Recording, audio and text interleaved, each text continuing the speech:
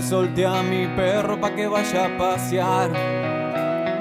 Volvió asombrado así que me empezó a contar. Tengo un perro, tengo un perro, tengo un perro, tengo un perro. Se estrellan los vientos contra su nariz. Vienen los vaos de una madama directo desde París. Un tipo canchero fumaba y leía de espaldas hacia el mar. Muy poco le importaba si el mundo dejaba de girar. Tengo un perro, tengo un perro, tengo un perro, tengo un perro. El otro sin culpa asume jamás trabajar.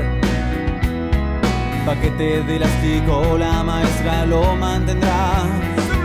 Rodor muy loco, quién sabe cuántos hongos se comió. Sonido unítono, tapones, por favor. Tengo un perro, tengo un perro, tengo un perro, tengo un perro.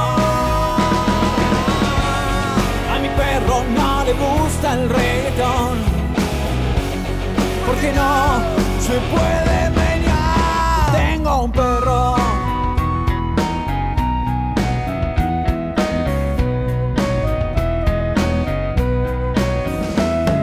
Él quiere empujar el sol y hacer doblar el viento.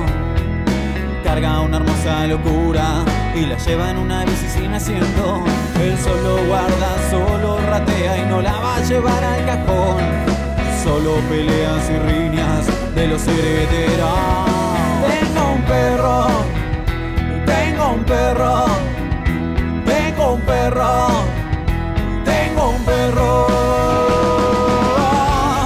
A mi perro no le gusta el reggaetón, porque no se puede menear. Tengo un perro, tengo un perro, tengo un perro, tengo un perro. Perro, perrito, perro, perrito, perrito. Perro, perrito, perro, perrito, perrito. Perro, perrito, perro, perrito, perrito.